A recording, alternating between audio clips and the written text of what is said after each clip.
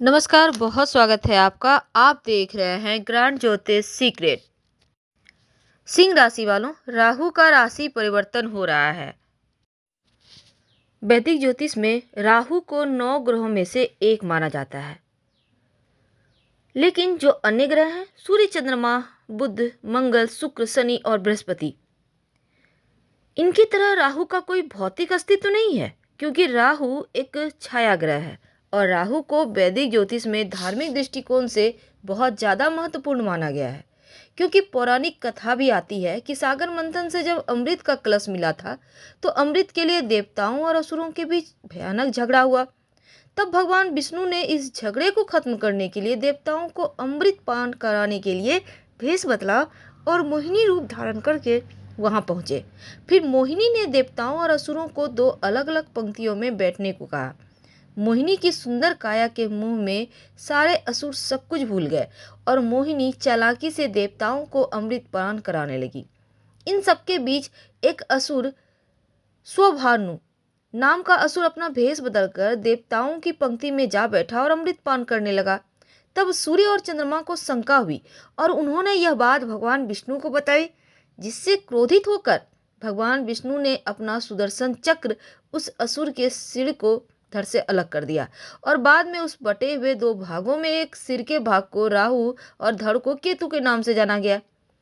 अब जो राहु होते हैं वो भ्रम का ग्रह है। राहु धुंधली दृष्टि, झूठी उम्मीदें और अंधविश्वास लाता है जीवन में। राहु का प्रभाव आपको ख्यालों में खोए रहने हुए या फिर स्वप्न दिखाने वाला होता है और ये आपके जीवन पर बहुत प्रभाव डालता है।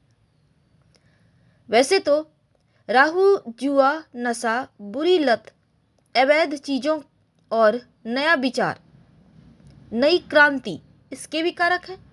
लेकिन जो भी इस बात पर निर्भर करता है कि राहु आपकी कुंडली में बैठा किस भाव में है, और यदि राहु आपके शुभ भाव में स्थित हो जाए तो सकारात्मक फल देता है, और अगर निगेटिव, नकारात्मक भाव में, अशुभ भाव में बैठ जाए तो जीवन में सिर्फ नकारात्मकता ही बढ़ता है। क्योंकि राहु का जो विस्तार है, राहु एक बहुत ज़्यादा ऊर्जावान ग्रह माना गया है। तो आपके जीवन पर राहु का इस परिवर्तन का क्या प्रभाव पड़ेगा, क्योंकि कुंडली के हर उस भाव के प्रभाव में वृद्धि करता है जहां ये बैठता है। तो वैदिक ज्योतिष में राहु एक प्रभावशाली ग्रह है, जो किसी भी ग्रह के साथ युति करे या फिर दृष्टि में आ जाए तो उसके ही जैसा व्यवहार करने लगता है। साथ ही जिस भाव में रहता है उस भाव के स्वामी की तरह व्यवहार भी करता है।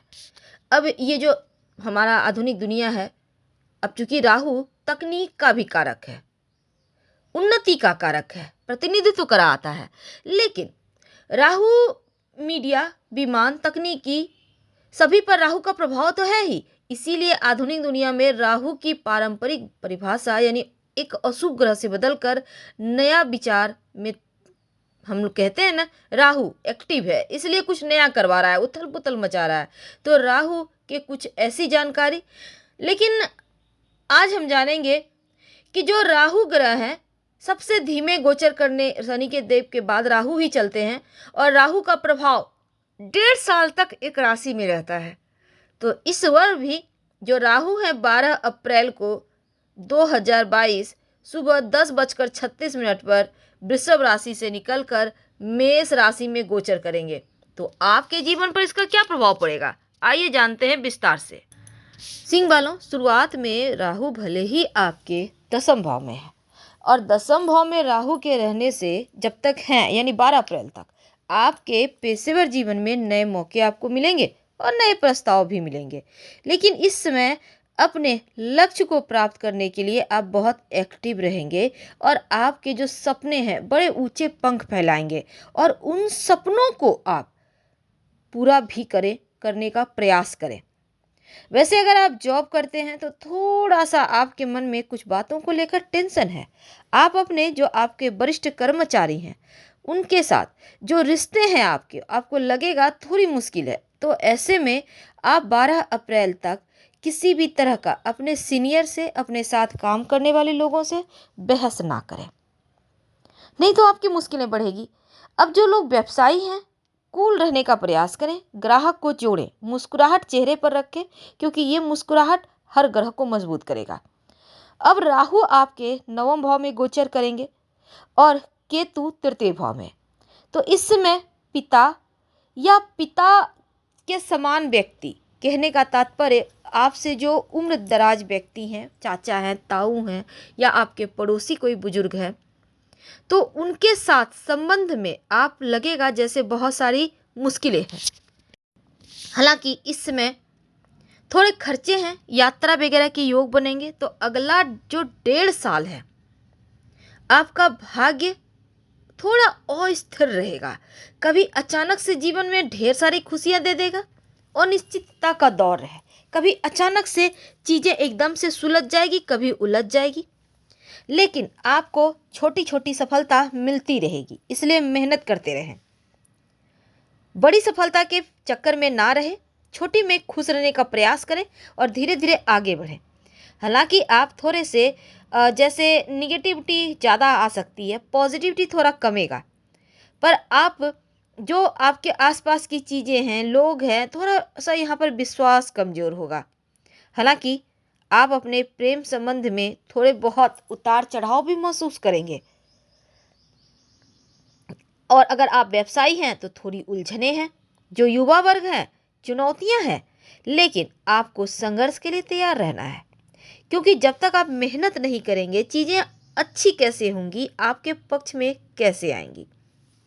अब केतु भी आपके तृतीय भाव में जाएंगे, तो आपके लिए खासकर आपके लिए ये जीवन के सफलता पाने के लिए, अपने व्यवहार को अच्छा बनाए रखने के लिए आपको प्रयास करना है। और वाहन, जीवन साथी, संतान का सुख आपको हालांकि मिल जाएगा। समाज में अगर आप समाज से जुड़े हैं तो सामाजिक चीज़ों में आपका सम्मान बढ़ेगा, पद प्रतिष्ठा बढ़ेगा। हाँ, आप सफाई कर्मचारी को खाने पीने की वस्तु, वस्त्र, कंबल वगैरह का दान करते रहें तो आपके लिए अच्छा रहेगा और चीज़ें आपके पक्ष में आती चली जाएंगी। तो यहाँ पर केतु जब तक वृश्चिक में है तब तक शांति पूर्वक रहिए, क्योंकि ये परिवार की खुशियों को खत्म कर रहा है, लेकिन इनके परिवर्तन से चीज़ें बढ़िया हो जाएगी। अब केतु तीसरे भाव में आने से समस्याओं का समाधान कराएगा, परिवार का माहौल अच्छा होगा, आपका कार्यस्थल पर उन्नति कराएगा। आप जिस सपने को प्राप्त करना चाहते हैं उसकी तरफ आगे बढ़ने में केतु आपकी मदद करेगा। और राहु आपके नवम भाव में रह के थोड़ी बहुत परिवार में मतभेद करा रहा है। हालांकि भाग्य का साथ मिलेगा, पर कर्म आपको ज़्यादा करना होगा, और नौकरी और व्यापार में थोड़ी चुनौतियां हैं और थोड़ा सा संघर्ष है, तो इसके लिए आपको तैयार रहना है। तो कुछ मामलों में सावधानी रखना है, माता पिता के स्वास्थ्य में थोड़ा ख्याल रखें, और जीवन में थोड़ी उतार चढ़ाव आएंगे, तो ऐसे में फैसले लेने में दिक्कत हो सकती है। तो फैसला अपनों की सलाह से लें और अंधा भरोसा किसी पर भी ना करें। अब जो राहु है, क्योंकि इसे तो किसी ग्रह का स्वामी तो प्राप्त ही नहीं है, और ये 27 नक्षत्रों में आद्रा, स्वाति और शतभिषा नक्षत्र का स्वामी है। तो ऐसे में इन राशि वालों को विशेष फल मिलेंगे, लाभ मिलेंगे। तो सबसे अंत में आप सफ़ेद चंदन का टुकड़ा नीले धागे में लपेटकर अपने पास रखें, पर्स में, पॉकेट में, आपके लिए उत्तम रहेगा। और पेशेवर जीवन खराब ना हो इसके लिए ध्यान रखें। नौकरी में थोड़ी बहुत असुरक्षा की भावना है, तो जो आपके साथ काम करते हैं रिश्ते को बेहतर बनाइए और मन को स्थिर रखिए। आप जब मन को स्थिर रख लेते हैं तो जग को जीत लेते हैं। तो इन बातों का आपको ध्यान रखना है, उपाय करें। हम आपसे विदा लेंगे। हर हर महादेव। धन्यवाद।